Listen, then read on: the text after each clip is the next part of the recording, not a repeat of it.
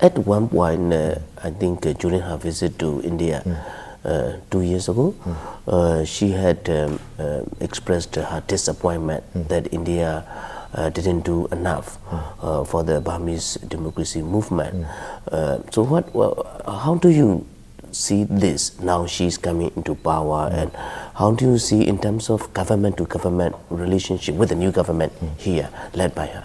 No, I think, whatever little disappointment she may have expressed was really sort of more, it was something that obviously had been cooking a little. I think she has got it out of her mind. I think she realizes that India never abandoned democracy. India continued to support democracy as a neighbor with whom we have, neighborhood issues. We had to deal with the government, and we had a productive relationship with the government in power. Even with the military governments, we began to have a positive relationship. So we worked hard because, state to state, country to country, we have to keep relations going. We try to keep these relations going with our, most difficult neighbors, let alone our much better neighbors. So I think those, we should not misunderstand. When we are dealing with a government in power, one of the reasons why we are dealing with any government is that you want a relationship with the country and the people. And in a way, the government becomes the window or the door through which you have a relationship with the country and the people. Now, our relationship with Myanmar is a relationship of India as a country and people with Myanmar as a country and people. Governments will change.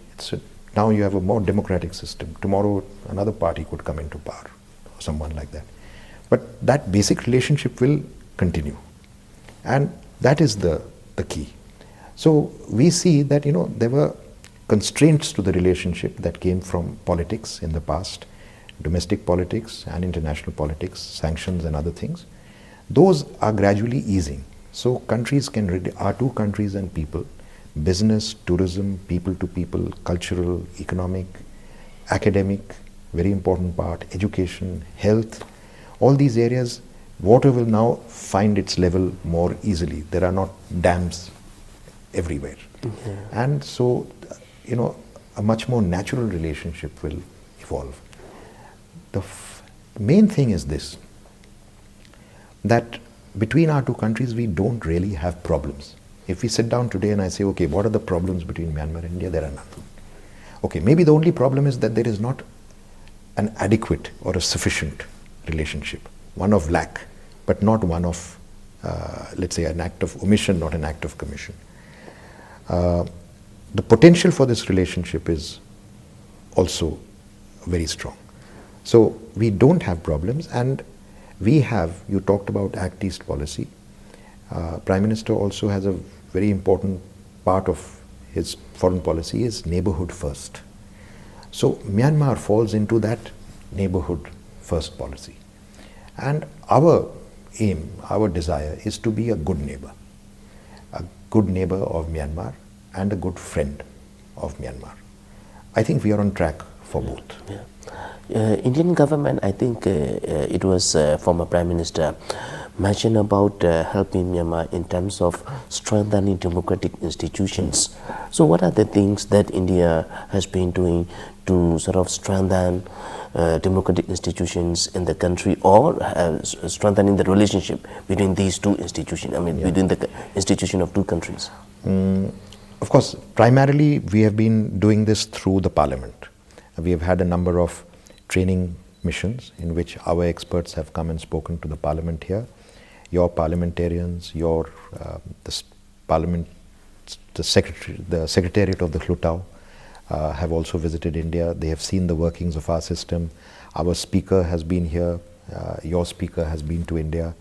And so they have developed a kind of parliament to parliament and secretariat to secretariat relationship, essentially one of exposure and capacity building, how democracy works, how parliament works in India.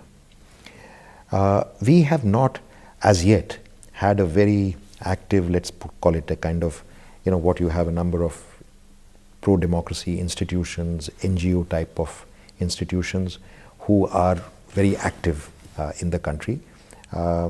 That's not yet happened. It may happen, as these relationships develop, it may happen. But there's another factor that, we know that democracy is the best system for us.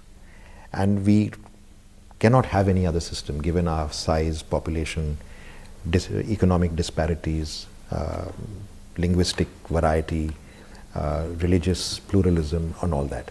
So we know this is the best system for us. But we don't exactly go around preaching the system to everyone as our system is the best system. No, I think each system has to find its own solutions. All we can say is that our example is available. A positive example as well as negative example. You can come to India and you can say, okay, look, democracy doesn't work, if you like. Or this is not exactly what we have in mind. This will not work for Myanmar. So you can see what works and what doesn't work. It's for you to choose, or for Myanmar to choose what suits it. And that is a product of an internal debate. Yeah. Of course, different people have different concepts about what Myanmar's political system and what kind of democracy it should have. What should be the balance between the regions and the states. In this context, maybe I should mention 2 points. One is in India, you are familiar since you have lived in India. Yeah. The states elect their own legislature, their own chief minister. Very often we have a ruling party in the states that is different from the ruling party in the center. And these are live political issues that the parties and the governments concerned have to negotiate with each other all the time. But we also have something that provides a certain stability, which is the institution of the governor and the institution of the All India Services. And the All India Services officers are loaned to the state. They work for the state, but they are also All India Service officers. They can also be called by the union. So they provide some kind of unity within this kind of diversity. And then we have the institution of the governor. The governor has a purely constitutional role, just as the president has a constitutional role. The president's role and the governor's role is essentially to safeguard the constitution. He has no role, or she has no role, in the internal government and development of a state. But if there are crises,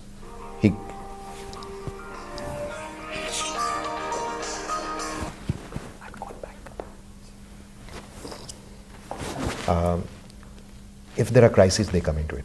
But when you are looking at your system and you're looking for the right balance, and you may need to think, all right, what kind of safeguards can the union have in the states?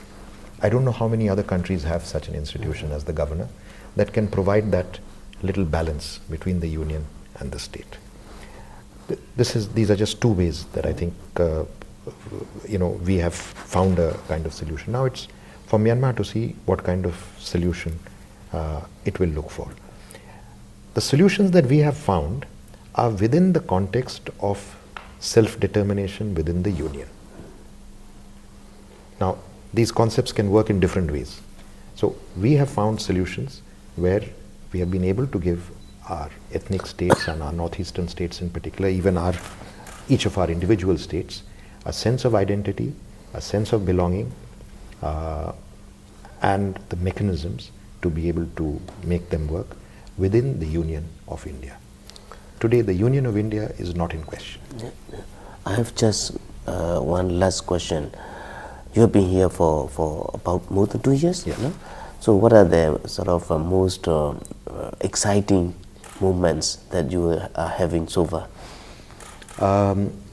Well, at a personal level, I would say it's just the country and the people and the landscapes. Nothing has given me greater pleasure than driving out into the countryside in almost any part of the country. I think I've been from Pathen to Putao, and from Dawei to Tachilek and Changtong and Rikhaudar and the Naga areas. So I have traversed a fair part of Myanmar, both the Burma heartland as well as the ethnic areas. I think the culture, the culture and the people of Myanmar and the country as a whole the lush green, the wonderful waters, the sun. I think just the natural endowments and the people of Myanmar is really what has satisfied me and made me feel very good. Professionally, of course, the high points are the high-level visits. That's when relationships are made. But on a working basis, on every day, every month, there are activities that are taking place. Small building blocks, they all add up to something bigger. How about recent election? The recent election was definitely an outstanding event. By the way, I should tell you that our embassy was spread out practically the whole of the country. We had people in all but 2 of the states of Myanmar. So we were able to follow the elections very closely. We kept in touch through modern media, and it was a remarkable experience. It was a remarkable experience to see voters vote, voters who had not seen voting in its sort of open and free form for decades, to come and exercise their vote with great discipline, and also to see the election officials conduct the voting with great discipline. It was a lesson, I would say, for mankind. In fact, when I met the Chief Election Commissioner afterwards, Utinu, I told him, please give me a DVD of the elections that I could telecast on Indian television as an example of an election being held. I hope I still do get that. But having said that, now we are in a more difficult stage of how to work the transition and how to make governance work. If Myanmar succeeds in building from this election to a workable government in which at least the 2 major constituent parties can work together, this will be a remarkable achievement historically, perhaps comparable with what South Africa achieved when it came out of apartheid. So I think there is a big challenge up in front, but from what we have seen so far, the signs are good, and we sincerely hope that the people of Myanmar will be able to work together to realize the potential that Myanmar has released, especially over the last 5 years. There was a time when Rangoon was the Bangkok of Southeast Asia, and Rangoon University was among the most advanced universities of India, and Myanmar could throw up a civil servant of the class of U Thant, who became Secretary General of the United Nations. There is no reason that with that kind of opening and freedom, Myanmar and governance, Myanmar should not be able to revive that and even achieve more. I think that potentially Myanmar is the new tiger in Asia. Thank you, His Excellency, for this interview. Yeah, thank you.